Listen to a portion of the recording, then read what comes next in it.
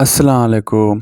मौसम जी अपडेट तव्हांखे ॾींदा हलूं त अॼु 19 सितंबर यानी 24 कलाकनि जे दौरान सिंध ऐं बलूचिस्तान में मौसम जी सूरत हाल छा रहंदी। मौसम खां बाख़बर रहण जे लाइ शाहिद खुसोवी लोग यूट्यूब चैनल खे ज़रूरु सब्सक्राइब कंदा। अगर फेसबुक पेज ते ॾिसी रहिया हो त इन खे फॉलो लाइक शेयर ज़रूरु कंदा। फेसबुक पेज वारे दोस्तनि खे अर्ज़ु आहे त मथां यूट्यूब जी लिंक ॾिनल अथव, इन ते क्लिक करे यूट्यूब ते ज़रूरु अची सब्सक्राइब कयो। दोस्तों कल सभ खां वधीक बरसाति थर पार्क ऐं नगर पार्कर में रिकॉर्ड कई वई ऐं अॼु जी सूरत हाल तव्हांखे ॿुधाईंदा हलूं त अॼु पंहिंजे कहिड़े इलाइक़नि में बरसाति थींदी।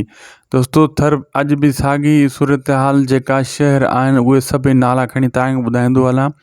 थर पार्कर, नगर पार्कर, मिठी, उमरकोट, मीरपुर ख़ासि, कंबर शहदाद कोट, ठठा, बदीन, सजावल, कराची, मलीर, हैदराबाद, सांगड़, मटियारी, डीपलू, खैरपुर सां गॾु घणनि इलाइक़नि में गरज चमक सां बरसाति जा इम्कान आहिनि ऐं कराची जे कुझु इलाइक़नि में जीअं शहदादपुर, टंडो आदम, नवाबशाह, नूरियाबाद में मौसम अबरा आलूद रहण जो इम्कान आहे ऐं किथे किथे बरसाति थी सघे थी।